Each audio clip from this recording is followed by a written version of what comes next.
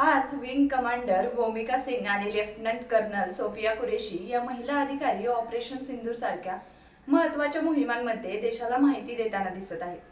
त्यांच्या चेहऱ्यात देशाचा आत्मविश्वास आहे आणि त्यांच्या भूमिकेने आज लाखो महिलांना प्रेरणा दिली आहे।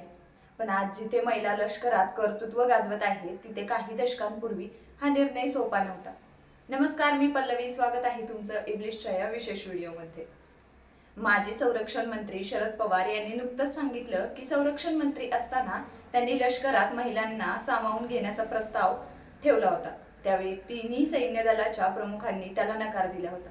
त्यांच्या मते महिलांसाठी ही जबाबदारी खूप कठीण होती, पण तरीही शरद पवारांनी निर्णय घेतला आणि पुढे भारत सरकारने 1992 मध्ये महिलांना लष्करात शॉर्ट सर्व्हिस कमिशनच्या माध्यमातून प्रवेश दिला। त्या निर्णयाचा परिणाम आज दिसतो, जेव्हा महिला अधिकारी सीमेवर, हवाई दलात, नौदलात देशाच्या रक्षणाची जबाबदारी पार पाडत आहेत।